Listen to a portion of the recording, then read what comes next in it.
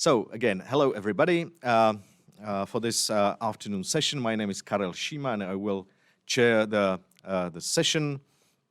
We have quite tight schedule here. We have 5 papers and 90 minutes actually. This is a last session of the workshop, the conference. So we will have some couple of minutes afterwards to continue. I will just start with the first presentation. We have here Irena Šentevska from Belgrade. She is actually independent researcher.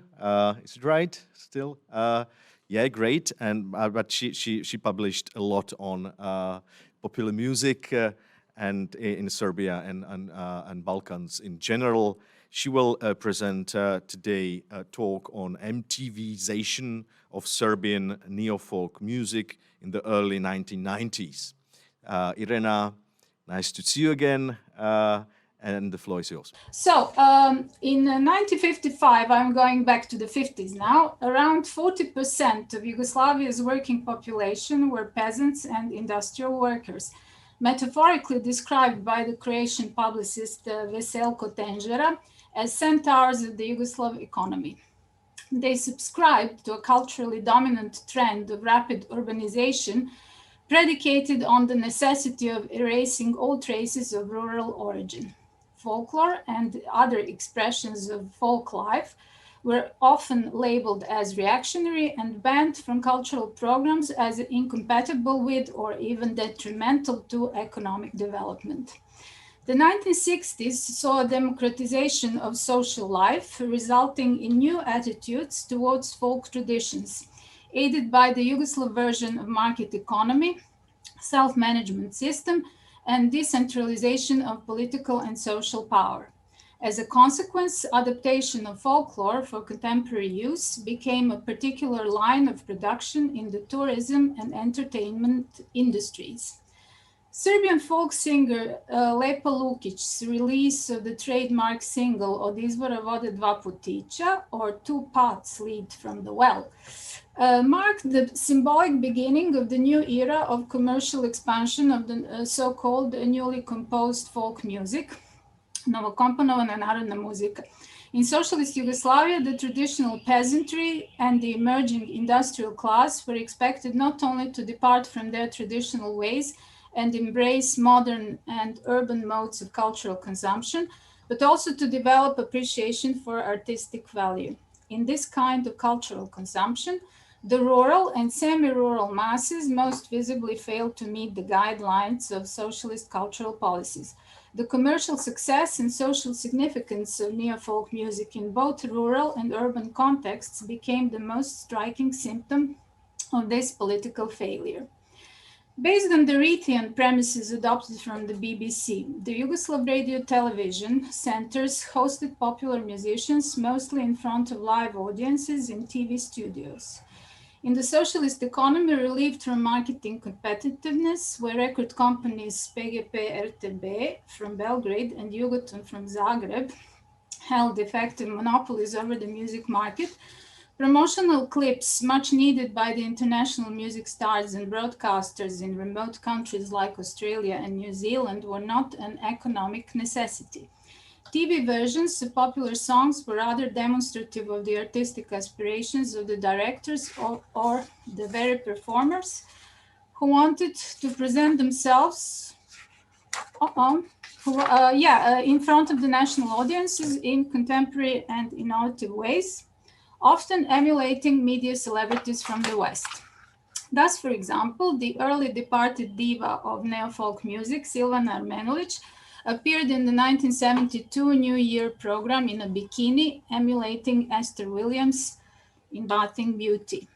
Her undisputed rival at that time, Lepa Lukic, performed her seminal hit, Two Pots Lead from the Well, in Paris, before such landmarks as the Eiffel Tower and the Triumphal Arch. In this clip, according to the featured traffic sign, one path led to Alma Bridge in the 8th arrondissement and the other towards the Hotel des Invalides. In the early 1980s, Belgrade's new wave music scene entered the video era with the refinement of the visual language of the Belgrade TV school, the apocalypse chic of the former Yugoslavia, as noted by one of its major exponents, TV director Boris Miljković. Its main formal devices included the white studio associated with the neutral art gallery space, high-key lighting, and minimalist decor or absence thereof. Nevertheless, in spite of their alignment with high art, the directors of the Belgrade TV school often displayed high levels of flexibility when it came to collaborating with popular entertainers, even those least appreciated by the cultural elite, folk singers of novokomponovana narodna muzika. For instance, Stanko Crnobrnja directed 2 feature films starring the ultimate Yugoslav folk prima donna of the 1980s, Lepa Brena, and her band Slatki Greh. Thus, in Yugoslavia in the 1980s, music videos were mainly produced by the relatively rigid system of public broadcasters. Nevertheless, the video era, with wide availability of video players and recorders, created a market for music videos produced outside of the system of state-owned television centers. However, the only genre to generate sustainable demand was the notorious novokomponovana narodna muzika, whose stars, in spite of their enormous popularity, often failed to meet the standards of actual appearance on television. In their low-budget videos, due to the lack of expensive studio equipment and indeed need for expensive production, they often appeared in the accessible settings of their natural habitat, kafanas, restaurants, bars, etc., or just walking on plein air and singing. The post-socialist evolution of neo-folk music into the so-called turbo folk genre was marked by arbitrary blends of the local folkloric and global pop music idioms in the new transitional economy and new contexts of the regulated media industries and markets. The term turbo folk comes from the early stages of the career of the Belgrade-based conceptual pop artist Rambo Amadeus. After 1991, along with the dissolution of socialist Yugoslavia, the Serbian media landscape started to change rapidly. Deregulation policy, or lack thereof, created a situation wherein PGP-RTS merged in 1989 with the public broadcaster Radio Televizija Srbije, RTS. It retained its previous monopolies in producing less commercial music videos. Those that did qualify for the commercial category were largely and indiscriminatively taken over by the newly established private broadcasting enterprises like TV Palma, launched in 1991, or TV Pink and Televizija Braće Karić, BKTV, launched in 1994. The new broadcasters began to use TV commercials to generate income and music videos to conveniently fill the blind spots in their programming. Independent TV productions also entered the media landscape, among them MTS, Muzička televizija Srbije, aligned with the gradually retreating rock scene, which lost its foothold with the overall economic decline of its audiences and decreasing interest from the major broadcasters. The restructuring of the media landscape effectively changed the standards for producing music videos. Serbia was a closed society under UN sanctions, internationally branded by its military involvement in the wars in the former Yugoslavia. But the performers, producers, and consumers of music videos all watched MTV and understood the concept of the competitive music market. This changed upgraded the technical standards of production, but also the aesthetics of music videos, from use of simple digital video effects to more complex and global media industry-inspired content. In her 1994 book, Neofolk Kultura, Milena Dragičević-Šešić referred to the former as B production and to the latter as A production in neo-folk music videos. As she notes, in the early 1990s, music videos became extremely important for the Serbian media industry in transition as an inexpensive and therefore profitable means of attraction of audiences for the newly launched commercial media outlets and the lucrative field of operation for marketing agencies. A production involved opulence and large production resources, which translated into numbers of filming locations, set and costume designs, combinations of studio and outdoor filming.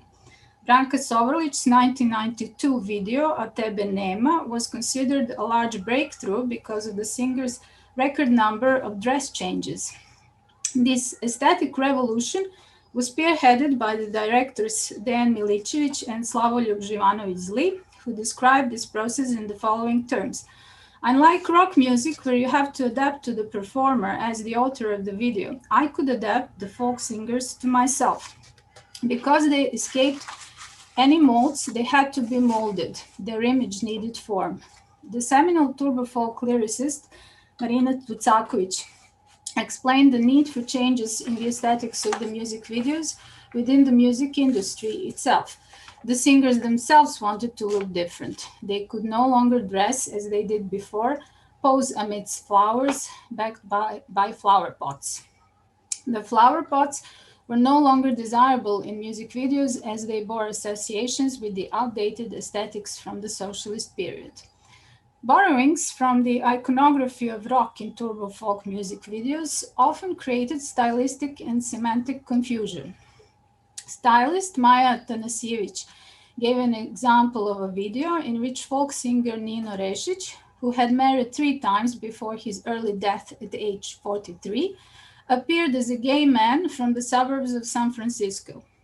Black leather outfits and other borrowings from heavy metal were also prominent in videos of such diverse singers as Vesna Zmijanec, Mira Škorić, Dragana Mirković, and Aca Lukas. By the middle 1990s, in their videos, turbo folk performers ceased to be passive passers-by, observers, and kafana thinkers, appearing in more demanding acting roles. When she came out of the heavy metal phase, Vesna Zmijanec began to turn to the contemporary Hollywood-style glamour. 1995 saw the release of her video Malo po Malo, based on the movie Bodyguard, featuring Kevin Costner and Whitney Houston. In the same year, in his noir video Sunce brže zađi, Jay Ramadanovsky assumed the role of a private detective in the likeness of Sam Spade, Humphrey Bogart in The Maltese Falcon. The subsequent year saw the release of Jay's Hitchcock-inspired video Iznajmit ću sobu s pogledom na te.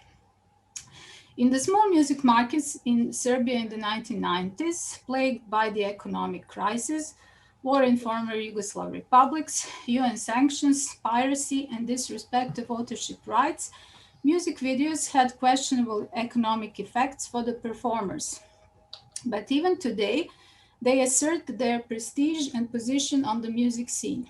The most expensive and technologically sophisticated music videos nowadays routinely promote the turbo folk performers. However, as I attempted to describe here, the most striking transformations and sharpest turns in the aesthetics and production of music videos happened in the first half of the 1990s, roughly from 1992 to 95, with the overall change of the political system, economy, and media industries in Serbia and other former socialist countries. Thank you.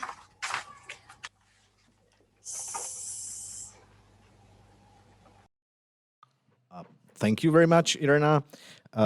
We will have questions and answers after all of the presentations, so just keep your questions for the discussion after we will listen to all of presentation. And I can also remind you that we also take questions in chat in Facebook.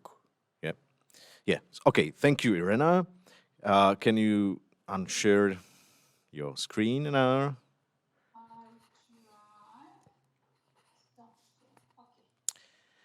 And the second speaker is Emilia Barna, who works at Department of Sociology and Communication at Budapest University of Technology and Economics. And her research interest for a long time is popular music, so we are really glad that we have her here. The title of her talk is quite long, actually, creative autonomy and dependencies in the work of Hungarian musicians, state market and power relations from the regime change to the system of national cooperation. So the floor is yours. Yeah, okay. And so what I'll be presenting on today is not part of the popular music and populism project which Mario referred to earlier on, although there are certainly overlaps, as you will see, because the cultural policy and political context and economic context will be important and referred to in this presentation, but I won't be bringing musical examples. I mean, focusing on the musical text today. And I will see the, yeah. So I'll go to the first slide. So what I'm going to present on today is, at least the empirical part, is part of a research project that, together with two of my colleagues, we have been conducting for the past almost 3 years now.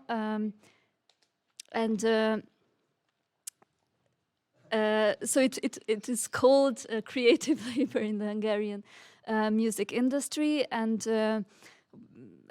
we have used a number of different qualitative methods, which you see listed over there. But today I'm mostly going to draw on data from the so-called socio-drama groups. And I apologize for not explaining in detail what this method is. But if you're interested, I can explain more in the discussion part. So in Western context, cultural or creative autonomy is generally interpreted as independence from the market, expressed in distance kept or the lack thereof from a market or corporate logic that characterizes the cultural industries and the demands and constraints of the commercial world. This is widely known or referred to as the art versus commerce dilemma, or conflicts around money and creative work and so forth, which concern both the cultural product and its consumption, as well as cultural labor, so the autonomy of the worker. The predominance in creative labor literature of works focusing mostly on countries of the global core, in particular the UK or the US, result in two main limitations, I want to argue, that seem to arise from the very position of these works as knowledge generated within Western context. And the first of this is the lack of attention paid to the role of the state, whether the nation state or the local state, as an actor, and the dominant as an actor as one limitation, and the dominant national focus on the other, limiting the extent to which concepts of cultural autonomy take account of global power hierarchies shaping the cultural industries. So in this presentation, I want to focus more on these two factors. The Hungarian cultural world, including popular music, has a historical legacy of being particularly state-dependent under socialism, even though the extended scope of state control over cultural production and consumption shifted along with shifts in the economic and political system. For instance, communist ideologues strictly prescribed aesthetic principles regarding composition in the early 1950s, based on Central Soviet directives, as Adam Ignatz has described. Yet the difficulty and ultimately unsuccessfulness of putting these principles straight into songwriting practice nevertheless still left songwriters with some room for creativity. And then later on, so throughout the socialist era, there was state monopoly on recording, record manufacturing, and the publishing of music, as well as a control of the live music environment. And there was also censorship, and musicians themselves also practiced self-censorship. Yet, once again, self-censorship arguably remained a reflective process where the creative worker attempted to adhere on the surface to state ideology by devising creative ways of subtle resistance as a parallel process. In other words, the mentioned forms of state control do leave some room for the striving towards creative autonomy aesthetically. This could be done, I've listed a number of examples, by shifting between genres or styles, or clever lyrics, using metaphors, double entendre, or other ways such as DIY technology, underground gigs, and so forth. Now, following the 1989-1990 regime change and the formal reintegration into the capitalist world system, the opening up of post-socialist countries towards the global cultural industries, and within them the music industries, primarily meant a creation of new markets for major record labels and other central actors of the global music economy. During a time of significant economic growth for the recorded music industry. Culturally, the post-transition era in Hungary, as well as other East Central European countries, can be characterized by a strong Western orientation parallel to the process of reintegration, which could also be observed in popular music consumption, for instance. The introduction of MTV and other music television channels was highly influential in the musical socialization of the generation growing up in the 1990s, and there was also significant growth in local music production. Anna Semera suggests that the particular countercultural discourse of autonomy that had characterized the socialist era in the sense of autonomy from the political system in an artistic or aesthetic sense, translated into aesthetics, effectively disappears with the transition. And what emerges instead is a particular characteristic post-socialist set of attitudes appearing partly in response to the tension of the new capitalist relations. Competition, privatization, quickly growing inequalities and job insecurity, and partly the ideology that places this within a moralized discourse of progression and the catching up, catching up with the West and the difficulty of this, and also in other words, Hungary's backwardness. And sorry, this is already the next slide. So I also put a quote here from Semera, which illustrates this attitude. The stories, she's looking at post-socialist independent record labels, exemplify also a conspicuous trend in private and public discourses surrounding the business world in post-socialist Hungary, which is typically cast in a moral framework. Complaints of ruthlessness, lawlessness, carelessness, and the Wild East predictably recur. And this kind of framing, as Semera herself observes, was blind to the structural difficulties surrounding entrepreneurship and self-employment. So lack of support services, which ensured that enterprises mostly relied on informal support networks of friends and relatives. References to the Wild East, in addition, evoke what Stuart Hall so a topos of West European moral superiority, what Stuart Hall calls the long-durate tendency of treating Eastern Europe as barbaric, that has been part of the West's production of its internal others, or in other words, a process of self-colonization. And I'm getting to the present times, and I'll jump this reference to digitization and how processes in the global music industries around digitalization have ultimately led to a process of consolidation and the reinforcement of existing power relations and hierarchies in a global sense. And locally, the 2010 political turn in Hungary and the the self-titled System of National Cooperation by the past three Viktor Orban governments can be understood as a new regime of capital accumulation and hegemony building. The defining policies of these post-2010 governments have been aimed at, on the one hand, the securing of the smooth capital accumulation of the external factions of capital to secure macro stability, with the simultaneous carving out of an ever-increasing space for the rapid capital accumulation of internal factions of capital, involving the establishing of a new national bourgeoisie. And state cultural policy during this period can be described through two parallel processes of incorporation and ideological control. Together with three of my co-authors, we have defined these two processes, where, so while incorporation refers to the inclusion of cultural producers through new or transformed institutions through which they're able to gain resources and prestige, ideological control refers to more direct conservative and ethno-nationalist cultural policy.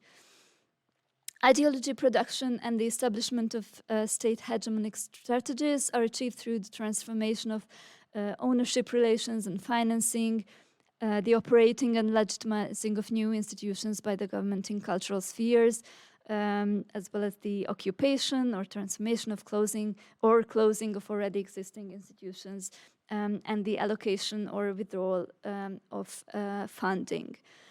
Now, the past 7 years have seen a growing intensity in the state funding of popular music in Hungary through a program called, this is probably, no.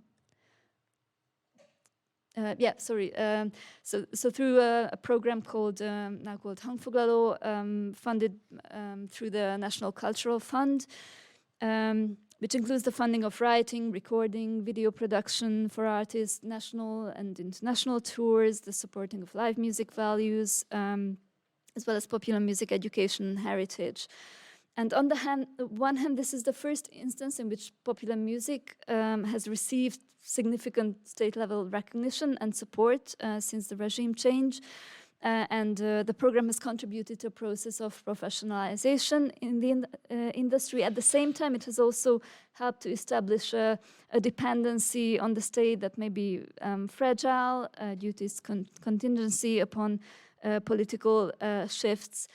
And of course, there's also the ideological control aspect. And the pandemic situation has brought these into, or has further highlighted these processes. And now I will get to quickly to the case study. As elsewhere, the 2020 spring period brought a lockdown, which included a total ban on live gigs. At the same time, there was no industry-wide support measures from the government during this period, except for some minor tax support that self-employed workers received.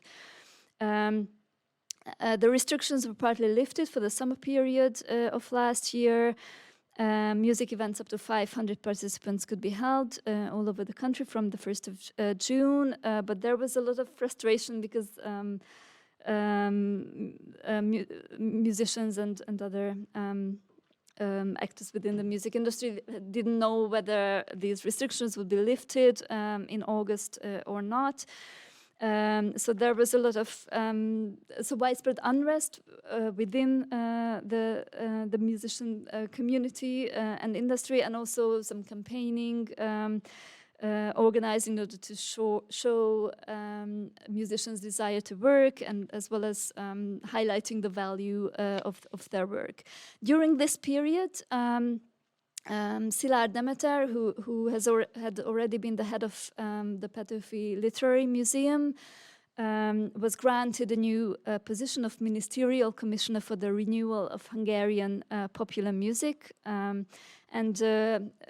released a detailed 5-year popular music strategy in this function, which he had compiled with the help of music industry experts. This is a person who is well known to be really close to the government. And while the appointment of Demeter himself was debated in the music industry for political reasons, the strategy itself was welcomed by many. Nevertheless, the government the government music industry support scheme that was later on announced in August, namely the 50 million euro warehouse gigs program, apparently sidestepped Demeter, this person, as well as the popular music funding program Hangfoglaló, which I mentioned before, and other industry groups, in favor of supporting, for instance, a stage technology firm that is once again really close to the government, and the Hungarian tourist agency as organizer. And yeah, there were other controversies around the program as well. And 2 minutes, okay. So in the sociodrama research, so the groups we organized took place throughout this period. We organized 2 before the pandemic, and then we continued online.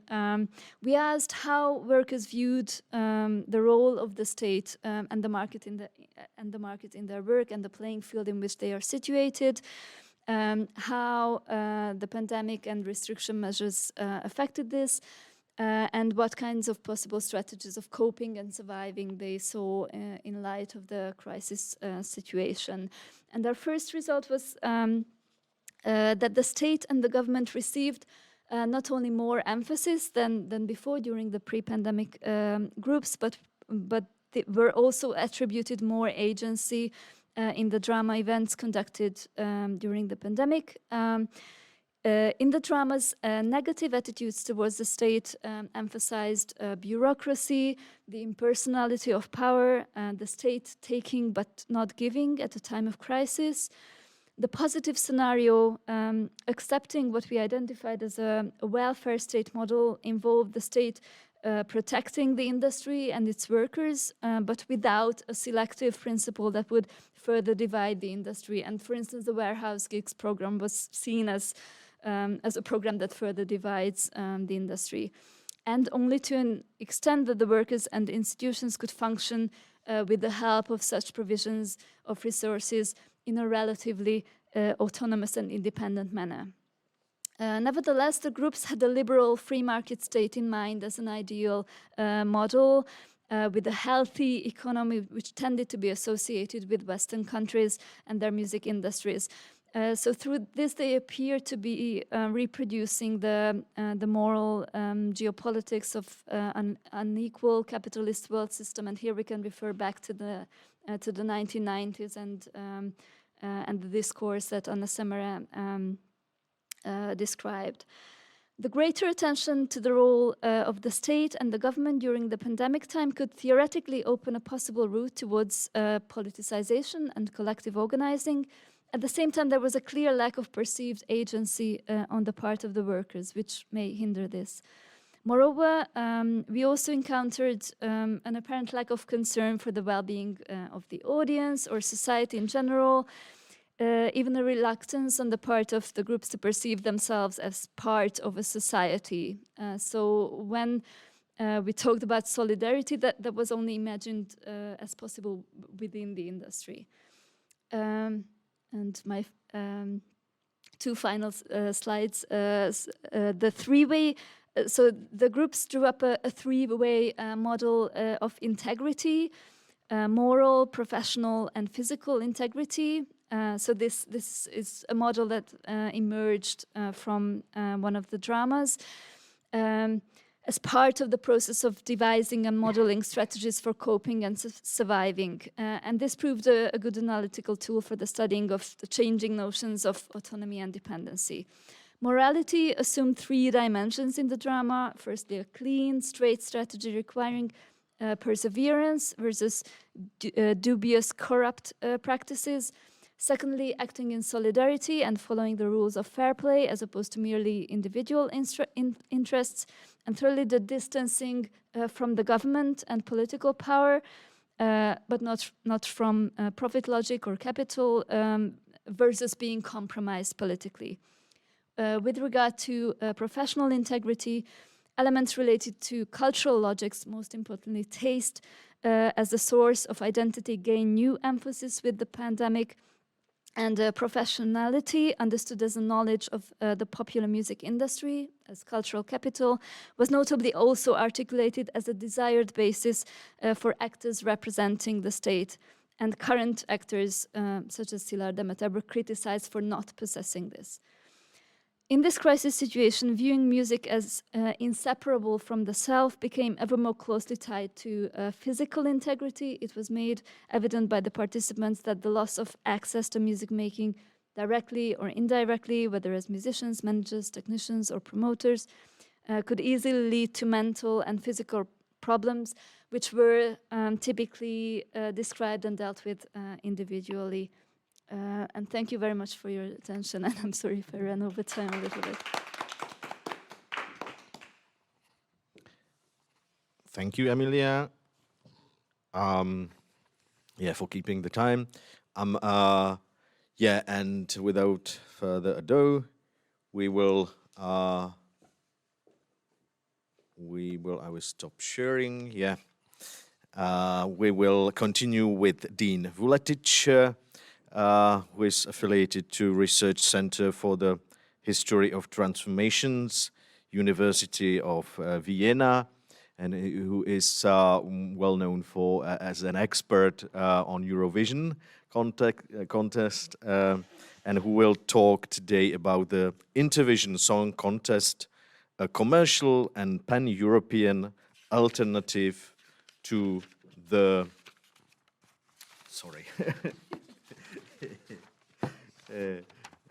to the Eurovision Song Contest.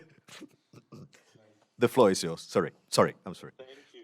I actually presentation, but now when I try to share it, it tells me that there's some problem with the sharing. So I'm not going to spend time fixing that, but I would just rather go straight into the presentation. I'm sorry, our IT support just told me that you can try it again, or you can send to the presentation maybe, and we will try to. I'll try again. Okay. No, it doesn't. It just gives me an exclamation mark. Exclamation mark.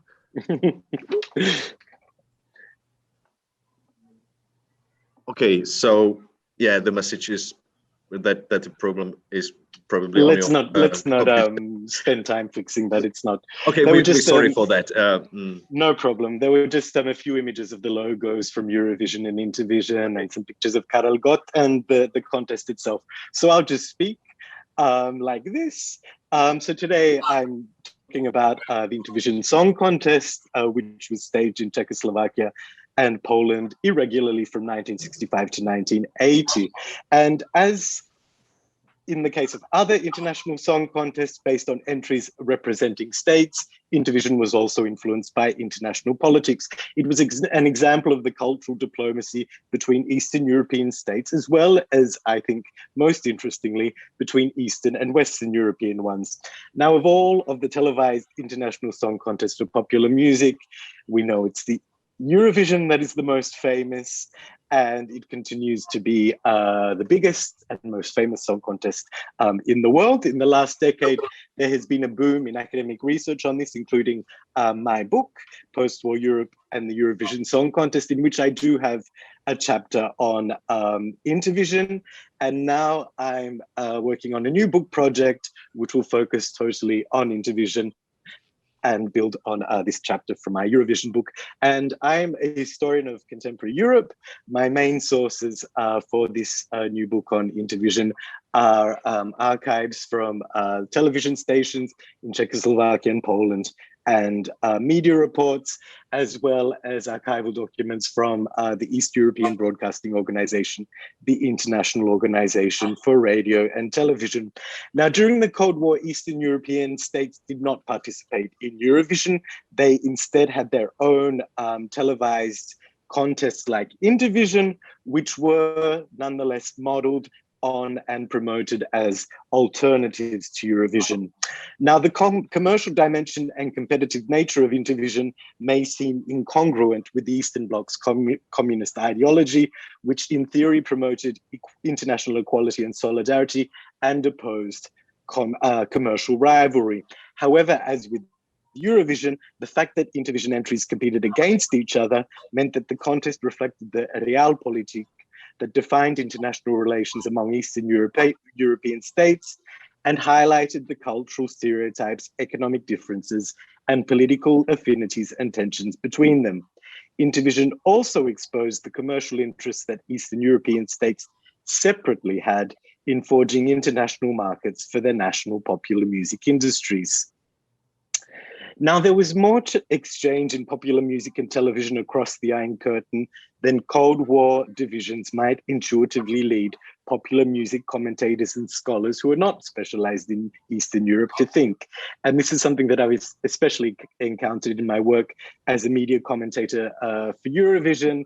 You know, if Intervision is asked about, then it's asked about something exotic, something that's a failure, something that's a bad copy of Eurovision, which is also related to prejudices and stereotypes popular in Western Europe against Eastern Europe.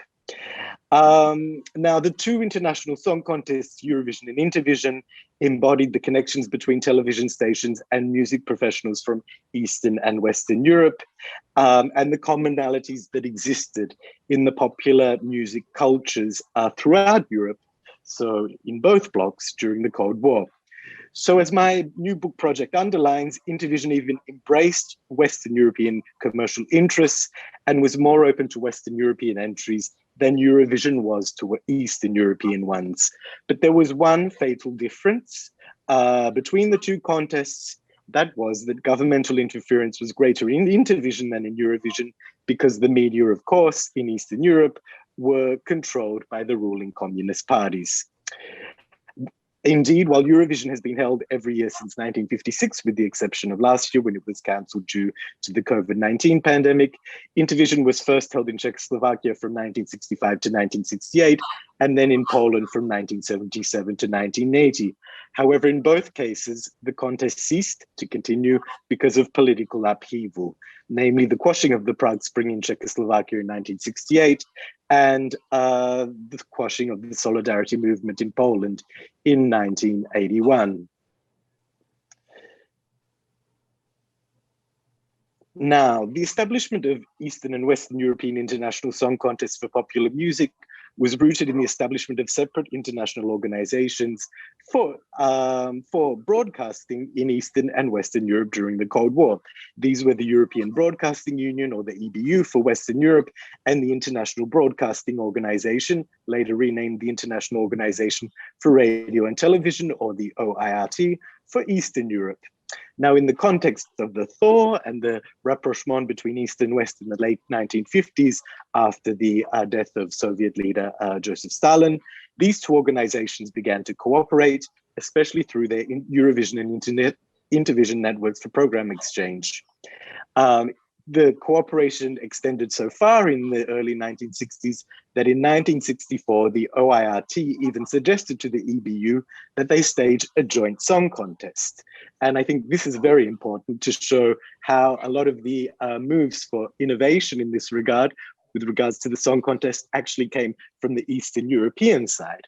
The EBU, though, rejected this idea, probably because it was suspicious of what the intentions of the television officials from Eastern Europe were, but maybe even more so because it was not confident that this was a television format that would be successful, because there were a lot of criticisms within the EBU itself about Eurovision, that the music was of poor quality, that the show cost too much, that it simply wasn't attracting enough viewers to merit its continuation. So instead, the EBU said to the OIRT that it should create its own song contest and that it could even model this on the format and rules of Eurovision.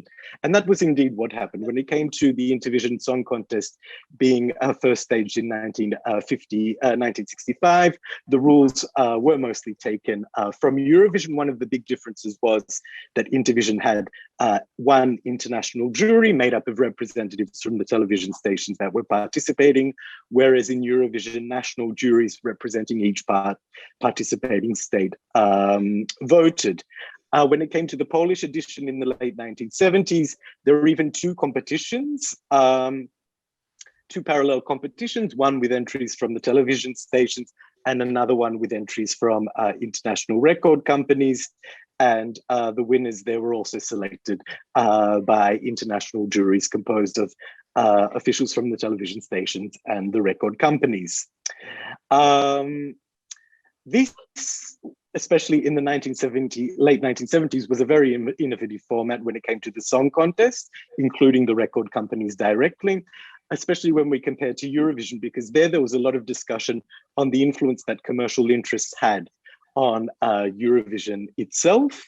And these criticisms were especially coming from Nordic states, which resented the fact that big British music companies, West German music companies were thought of as interfering somehow in the results of the contest or in the resources invested in the contest. And at this time, there was even a ban placed on members of record companies participating in the Eurovision juries. So in this regard, in the late 1970s, you see Intervision embracing commercialism much more than Eurovision did. The other big difference, of course, between Intervision and Eurovision was the extent of government involvement. And of course, because television stations in Eastern Europe were controlled by their Communist Party-led governments, this also meant that when it came to the hosting of Intervision in Czechoslovakia and Poland, the governments played a direct role in the financing and the organization of these events.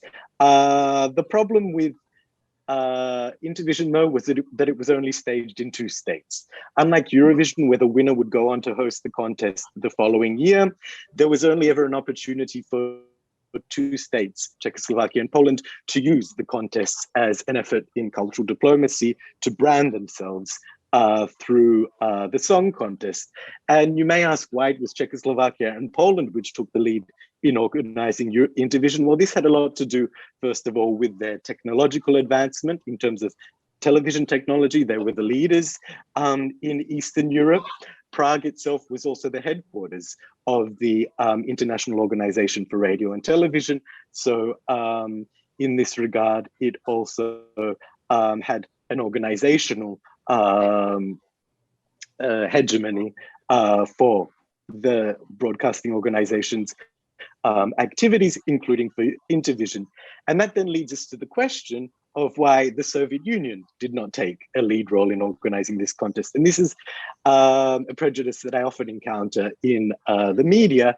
They always think that Intervision was a Soviet-led affair because, you know, it was communist, it was Eastern European. So, of course, it had to be dominated by the Soviets, the Russians especially. But this was definitely not the case, which is something I've also found in my archival research. When it came to cultural cachet, popular cultural cachet in Eastern Europe, the Soviet Union never managed to be a hegemon or a superpower in this regard. And Eastern Europeans certainly did not value Soviet popular music as much as they did its Western counterparts, which were also always considered more fashionable and modern. So it was to Western European artists that Czechoslovak television and Polish television turned to when they sought prominent guest acts for Intervision. For example, I can point out to the fact that Udo Jürgens, Austria's Udo Jürgens, and the United Kingdom's Sandy Shaw were invited as guest acts in Intervision in the 1960s, while Boney M and Gloria Gaynor were invited as guest acts in the 1970s. Soviet acts were never invited as guest acts. They were competing acts, but they also only ever won Intervision once, and that was in 1978 with Alla Pugacheva. And finally, when it comes to this preference for Western commercial artists and companies, I should point out that in their reports on Intervision, Czechoslovak television and Polish television always point out that one of the biggest successes of the contest was that it attracted Western media interest and the interest of Western music companies to Eastern European artists. So in this regard, again, they never consider Soviet companies as being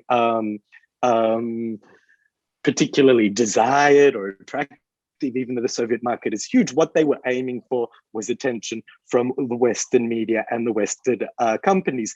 And in this regard, in 1965, after the first Intervision, Czechoslovak television believed that one of the biggest successes of that contest was the recording contracts that Karel Gott, the huge Czechoslovak star, and the winner of that year's contest, negotiated with the Western German company Telefunken, which also released his winning song from that year's Intervision in Sweden in Swedish.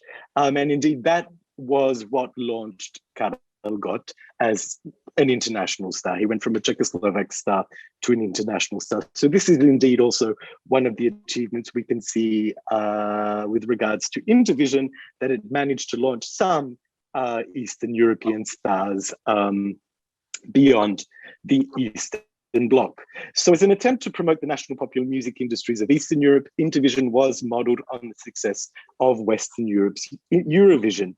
Yet Intervision was not simply an imitation of Eurovision, but rather introduced innovations to Eurovision's format that made Intervision more commercial and more internationally open than its Western European counterpart.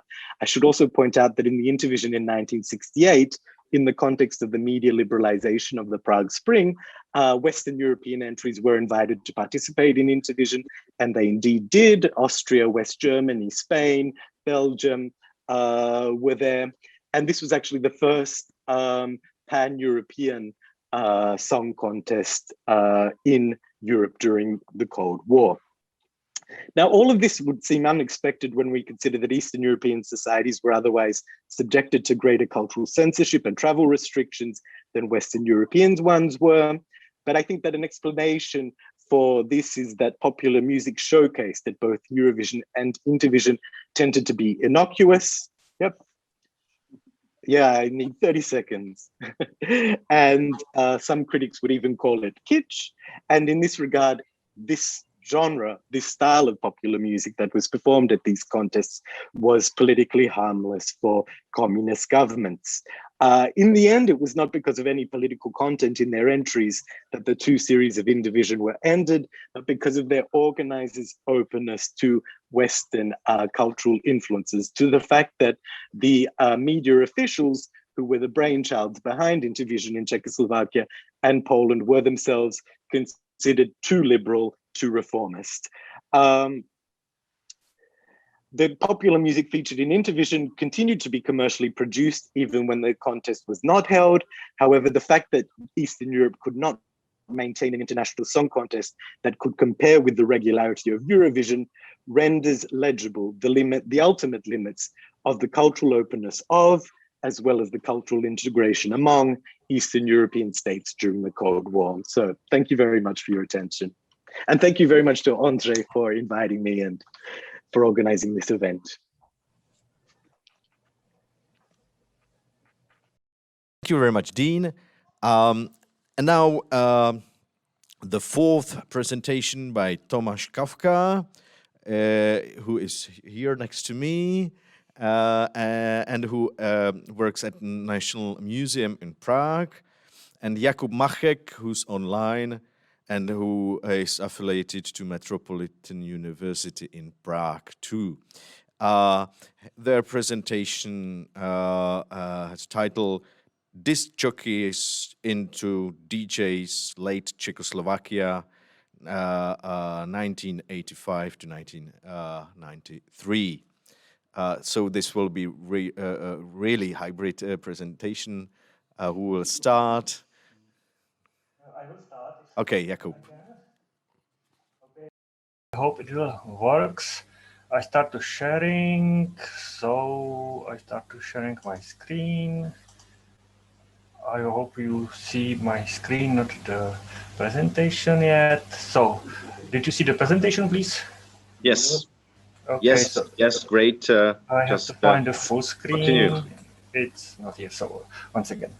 So what we want to present it now is the let's say some kind of the focus on the Czech disc jockeys from the late 1980s to the 1990s as some kind of specific group of professionals which was regulated and partly self-regulated. For researching these people, we use the old historian method of prosopography, like a kind of the multiple career line analysis of biographies of various Czech disc jockeys. So we want to research some kind of collective biography of a specific cultural elite of this era from 1970s to 1990s, which was in that 1970s and 1980s very closed and partly auto-regulated group of people with specific authorization given by state and by their own organization. It was some kind of the semi-capitalist freelance profession in the socialist era. Just to mention, the first discotheques in Prague started in 1967, but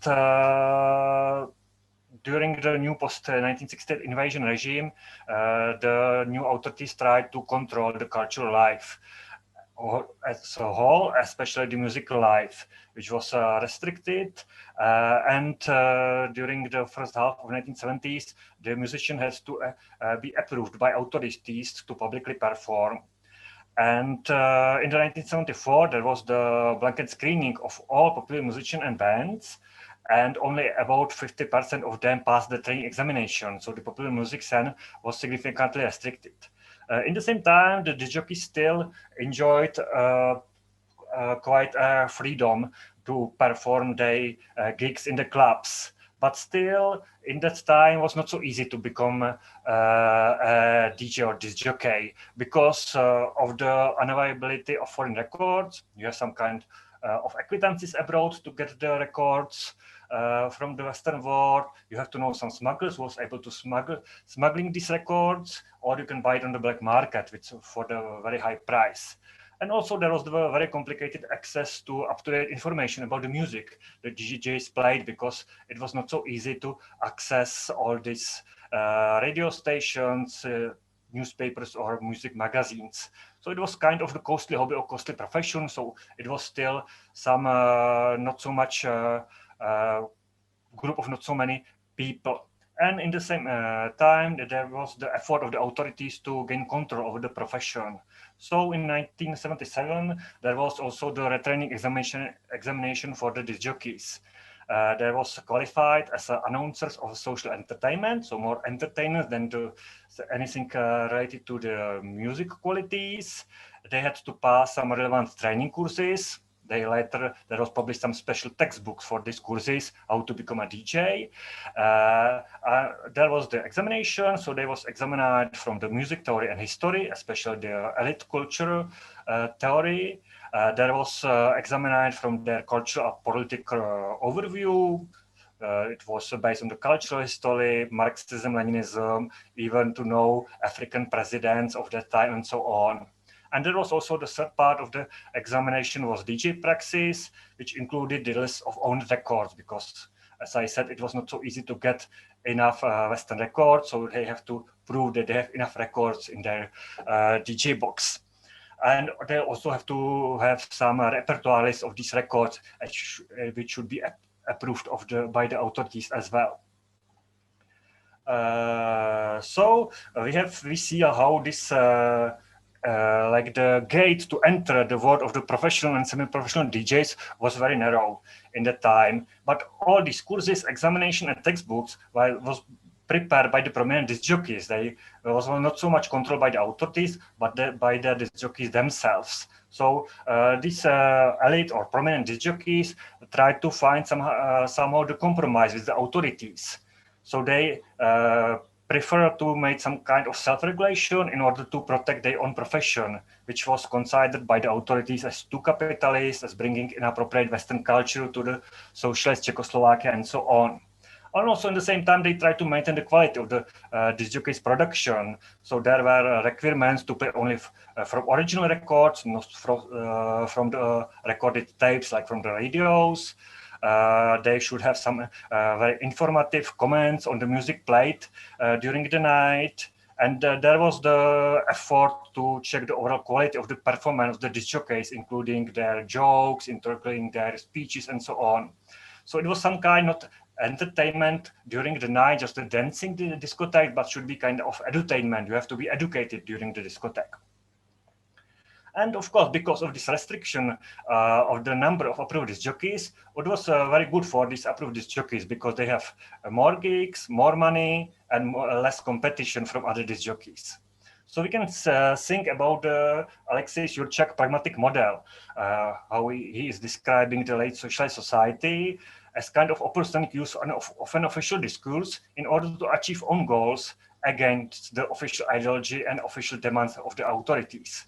So what the disc jockeys want to preserve from the second half of the 1970s is the possibility of their freelance profession, the opportunity to play mostly Western music, to have some above standard earnings, and of course some kind of protection in case of violation of these established rules, because no one plays like 50% of socialist music, no one did these entertainment gigs with some extras, quizzes, and so on. This was just the formal rules, but actual disco nights was very different from them. So they have to have some kind of the protection, their rules, which was established in their books and courses.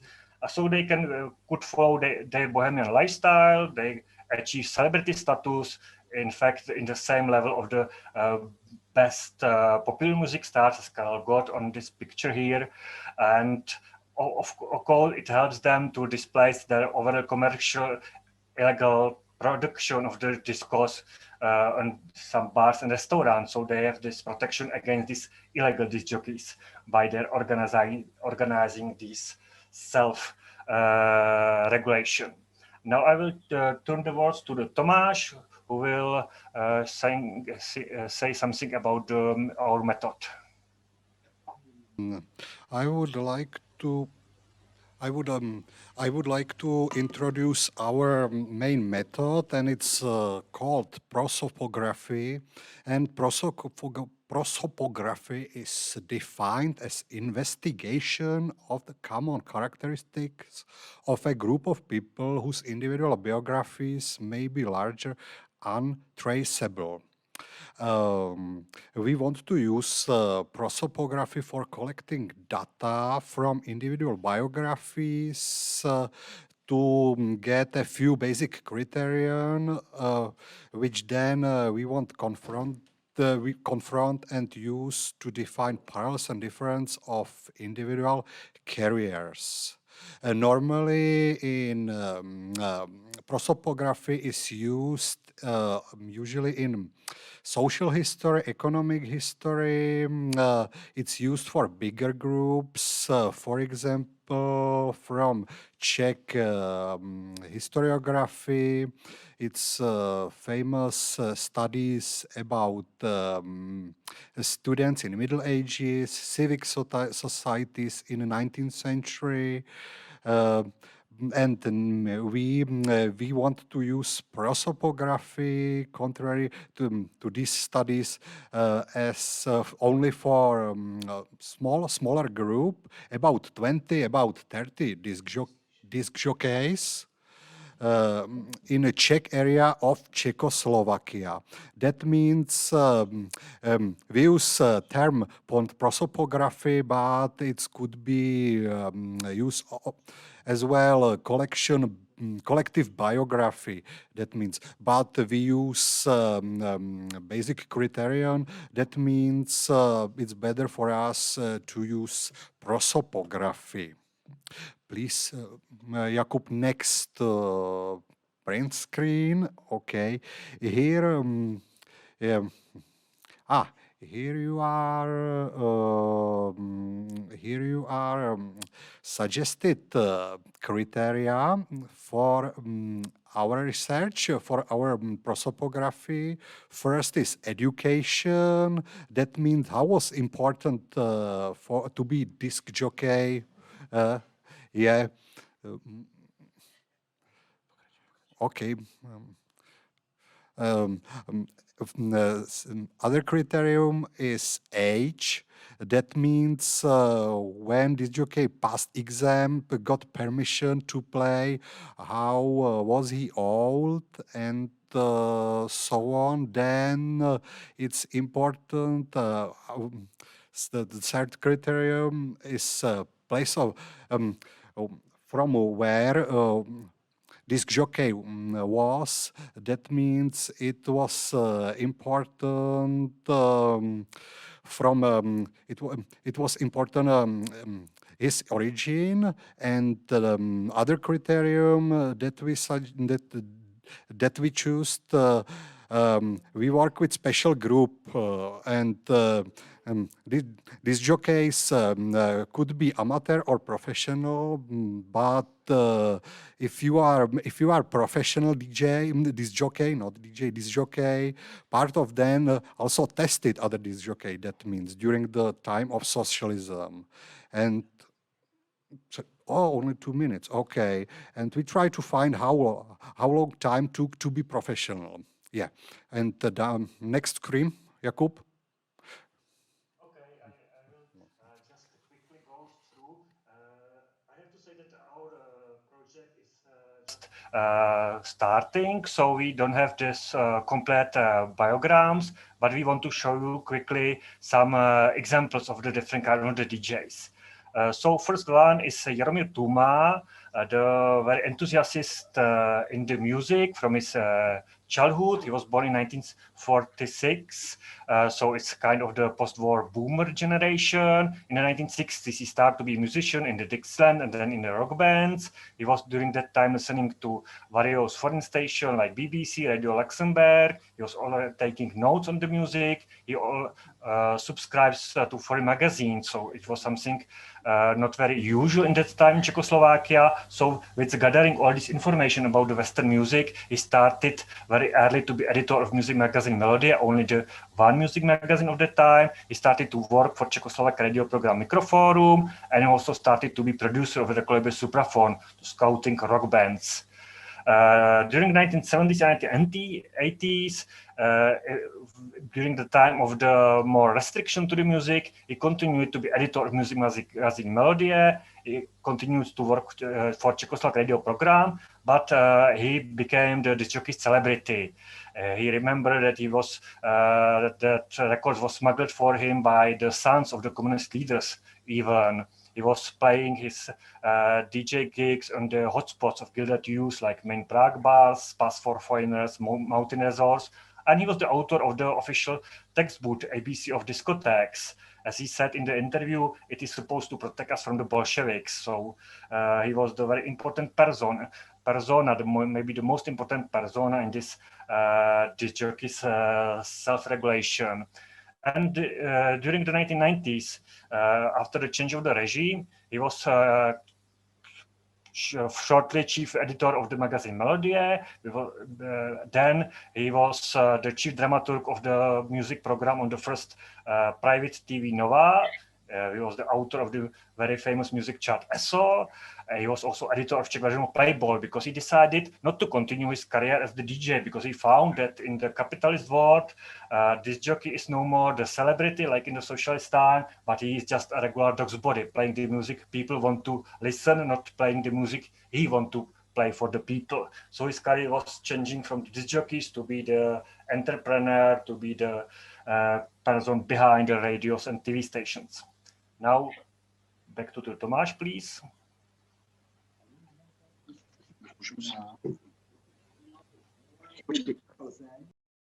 Regional city of the Western Bohemia. Yes, okay. In 1969, he traveled to Great Britain. Thanks corresponding with Gero from Great Britain, he got invitation to visit UK. There, he visited concert of Led Zeppelin, and after return to Czechoslovakia, he efforted to promote rock music to local audience.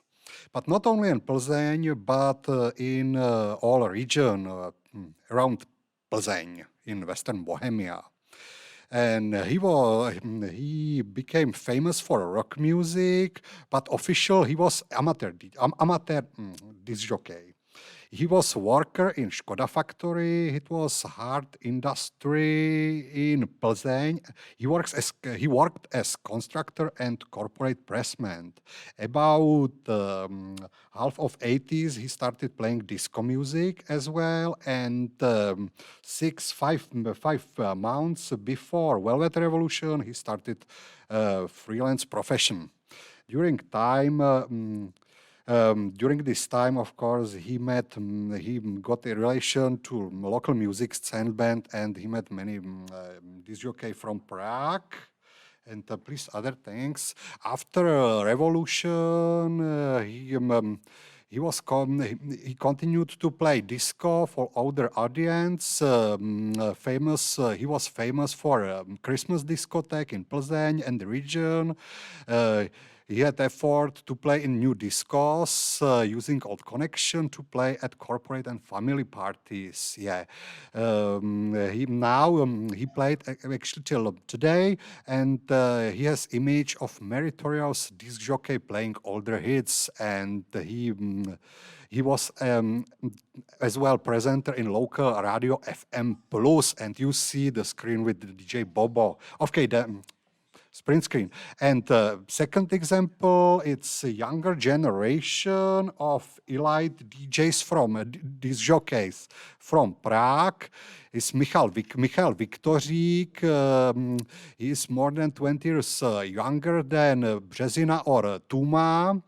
As a young man, about 16, he began play football for Bohemians Prague club, but later he was as amateur disc jockey for Czechoslovak Social Youth Union, and after military service, inspired by Austrian broadcast, he played almost as the first in Czechoslovakia rap and passed disc jockey exam. Yeah, he was about 20 years old. He became member of Prague elite disco team with Tuma and others, and as the youngest member of disco team presented Duhová deska in TV, in Czechoslovak official TV. Jakub, down. And after revolution, he founded a very famous band JAR. And as disc jockey, he met many musicians and created first funky soul band in the restaurant Uholupu. He was famous restaurant in the center of Prague. And after that, he was one of founder for Prague Radio Golem, famous was under the nickname Michael V. Vrtulník, and about peak of his career, it was about half of 90s. He was occasional presenter of ESO chart on TV Nova. Okay, it's the third example. It's everything. Okay, thank you for.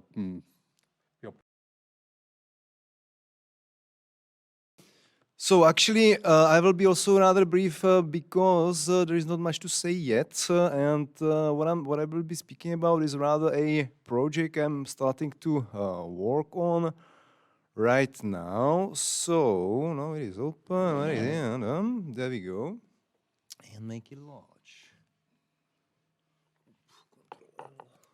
Well, never mind. So actually, what I'm interested to do is make kind of a cross country comparison about the debates of around the newly composed folk music, and I've chosen two let's say examples of the 1990s. One is from Austria, the other one is from then Czechoslovakia. and the first one is late 1990s, whereas the second one is rather early. So what I'm interested well, this is basically a project presentation, which I wanted to tell you what are we taking part in right now in this workshop. Is a project funded by the Czech Science Foundation that we are currently exactly in the middle, and we are working on the consumption, on mapping different ways of consumption and reception of popular music during this let's say the very period of the change. So the early late 1980s, early 1990s, and as already stated for several occasions, there is a particular regard to the youth and the class, which is something I'm not so much interested to speak right now about, but I will try to keep the class aspect and keep the age aspect somehow important, and try to focus on a let's say under-researched research topic that we've discussed as a crucial need for going a little bit into the detail, and it is something which has been quite a lot research in the context of the countries of the former Yugoslavia, which is something I'm very happy to be in the same panel as Irena is.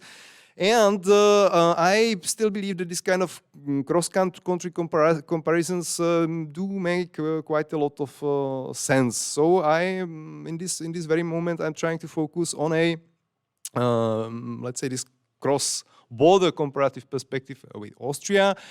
And this is just a plan of the presentation that you see in front of me. Whereas these are my different affiliations, where the Center for the Study of Popular Culture, where we are right now, is very importantly highlighted. And what I'm speaking about is a part of the larger projects to be implemented at the University of Music and Performing Arts in Austria, in Vienna, starting from the October 2021. So what I want to discuss with you right now is basically my hypothesis, and is the research design of the project I'm planning to do. So no big conclusions yet. It is basically the debate on the cross-border comparative topics that was already researched partly from the memory studies, partly from the political historians, but as to my understanding and knowledge, not so much from the cultural historic perspective. And here I focus on two particular regions of one of the Czech Republic and another one in Austria. So the one in the highlighted in red, you can see is the geomorphological part called Czech Moravian Highlands. It is something like, you can give some kind of comparison, like a Congo of the Czech Republic, because it is this very kind of mold, let's say, even if central, but not so much developed, and kind of part which is hilly and it is not so much industrialized, and there is a lot of basically emigration from this region, going to the main cities of the Czech Republic, which is Prague in the left, so you can see up here, or Brno in the right, or Vienna, which is just here down below. So, and the second region I'm focusing on is the region of so-called Waldviertel, which is basically the continuation of these Czech Moravian Highlands to the south, and it is highlighted in yellow. So there is also Mühlviertel, which is on the left, but I'm focusing on the right one, and it is like geomorphologically and let's say culturally speaking, these two regions are very comparative, with one difference, that let's say the Austrian region is not so much let's say central in the Czech Republic, and it is somehow more kind of on the periphery, or even geographical periphery.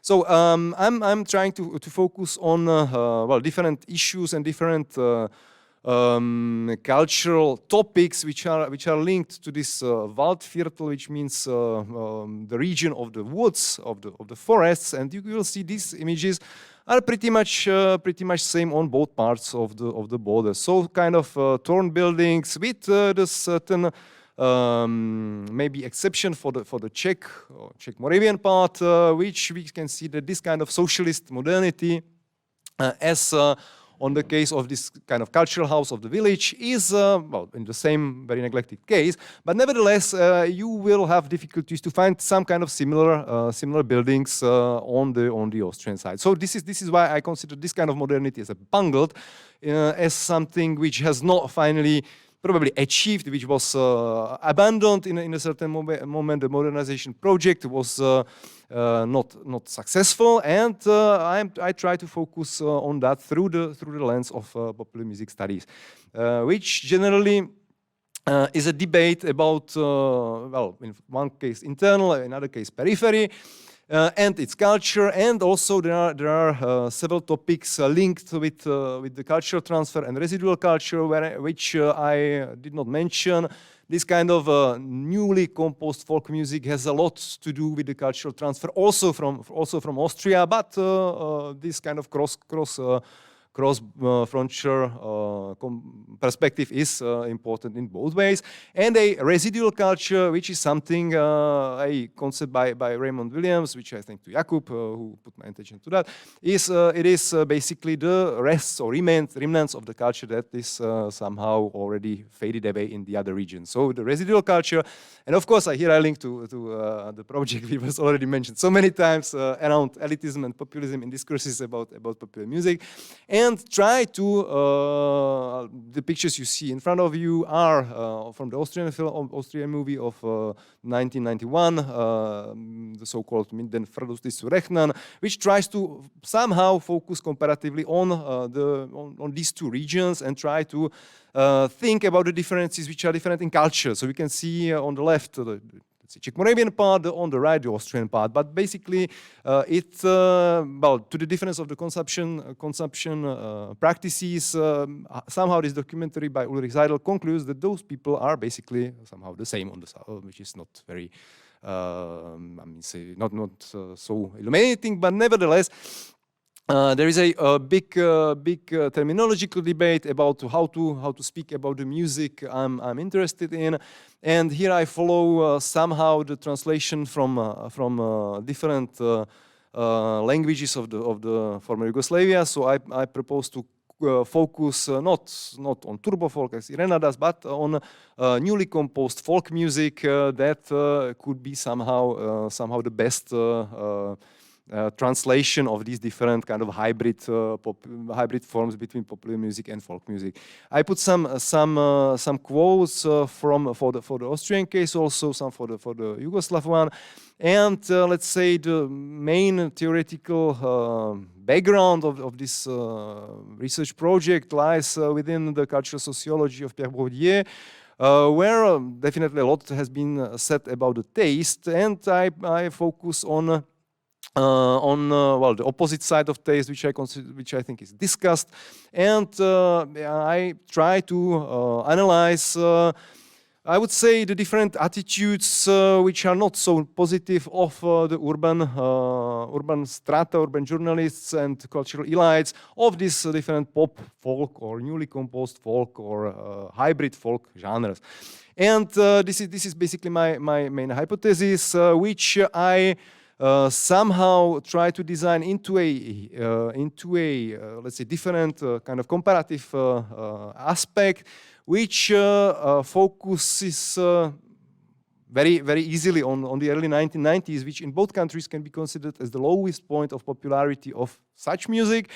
Whereas in the Czech case, it is pretty much linked with westernization of the culture in general, which is something that Emilia spoke with relation to the Anna Semere's research of the early 1990s. So this kind of hegemonic view of either Hungarian or Czech culture trying to catch up with the West. And this kind of folk music was understood as an emblematic for the socialist modernity. So this, and in the same time, it was understood in a line that it was kind of representative for those social strata that could be understood as those remnants from the East. Whereas in the Austrian debate, it is, according to my view, somehow more nuanced. where on one hand you can identify, let's say, conservative opinion makers who are somehow, let's say, more or less critical towards newly composed folk music, or critical for other points, whereas the so-called desecration generation, as I mentioned Ulrich Seidel, but there are many others, try to focus on a certain urban-rural split that is also that lies behind emerging of the music of this kind. And interestingly, they do not link the neo-folk music or the newly composed folk music with communism, because it's nonsense in the Austrian case, but they link it with the National Socialism, which is at the end very interesting for me, and I try to understand the newly composed folk music as a kind of empty vessel that all the haters can fill with different meanings finally, and try to fit into their narrative. So this is basically it. Thanks a lot, and I'll be happy to say anything more. Thanks. Thanks.